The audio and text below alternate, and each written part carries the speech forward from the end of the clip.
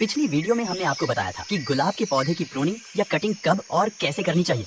अब आगे की राम कथा यह है कि प्रूनिंग करने के बाद पौधे में खाद डालना बहुत जरूरी होता है। खाद डालने से पहले मिट्टी की अच्छी तरह गुड़ाई करें ताकि पोषक तत्व जड़ों तक आसानी से पहुंच सके। गुलाब के लिए सबसे अच्छा फर्टिलाइजर गोबर की सड़ी हुई खाद होती है। इसमें ज्यादा फूल पाने के लिए जो चाय बनाने के बाद चाय पत्ती निकलती है उसको आप अच्छे से धोकर सुखा लें और 2 चम्मच मंथ में एक बार अपने गुलाब में जरूर डालें। इससे आपके गुलाब में ज्यादा फूल आएंगे। खाद डालने के बाद मिट्टी को मिक्स करके इसमें अच्छे से पानी डालें। जैसे जैसे पौधे में न्यू ब्रांचेस निकलने लगेंगे हम आपको अपडेट देते रहेंगे।